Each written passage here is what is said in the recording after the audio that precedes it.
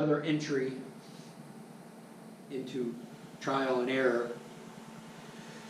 These SVs, once again, this is a 2017 SV 650 that primarily we're running in endurance. In WERA. We start off endurance racing on an R3. Then I bought a 400. That's later on down the road. We'll get into that. But right now, what you see is a 2017 SV 650 Suzuki, commonly known as the 3rd gen.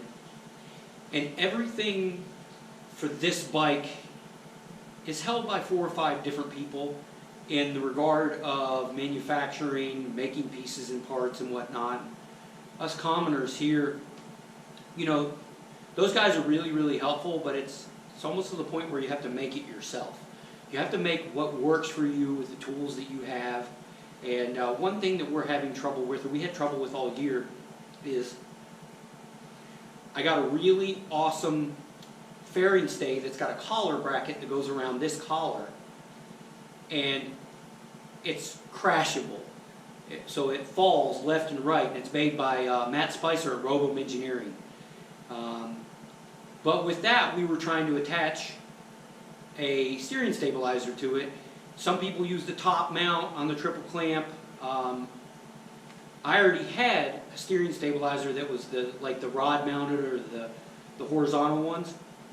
And I seen one person last year, they took this tab and they cut it off.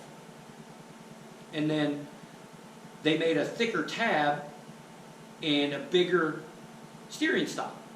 And then they threaded a hole with that. Well, that works out perfect for what I'm going to do. So that's what we're going to do today. I'm going to cut this off, and then I'm going to take it to Stefano Motorsports in Imperial, Pennsylvania, right down the road from where I live, who is one of my sponsors. He does a lot of my motor maintenance when it's not going out to some other people that have been building the motor for me.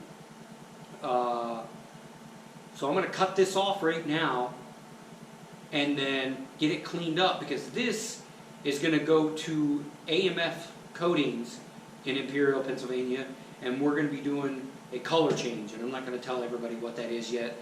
I'm getting away from the green.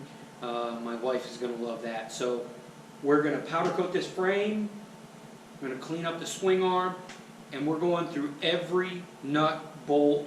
I'm changing out a lot of nuts and bolts. I'm using some Zeus fittings that I found that I had on my Ninja that came with the bodywork from Lakamoto over in Portugal. And I'm going to use those because they just work so much better. So right now I'm going to cut this off, and I'm not going to show that, there's no point. And then once I get this welded on, hopefully this week, everybody will get to see kind of what I'm doing. I just got to worry about heat, because as we know, there's races in both sides of this that we don't want to warp or distort. So these are all things that we're just trying to learn right now. We're in the cave. We're in Matt's house right now, and we're just picking through everything, because as we know, we have this downtime in the winter that we think, oh yeah, we got all this freaking time to get everything done we can. But by the time you send it out to vendors and everything going on with COVID and everything's backed up, I've got a laundry list of parts that we found that we needed. It's just little onesies and twosies, but it takes forever to get in. So I got the list. I'm going to go out and see Sean and Emily at Mositis Motorsports over in North Versailles, just on the other side of Pittsburgh where I live. Big shout out to them, and I'm going to put my parts list in. And they're awesome. Let me tell you, these guys and girls at Mositis, they just get it. They get racing. They kind of have a multifaceted, they kind of shift with the season. They even have sleds, and we're not a big sled community here in Western PA, although we do get the snow.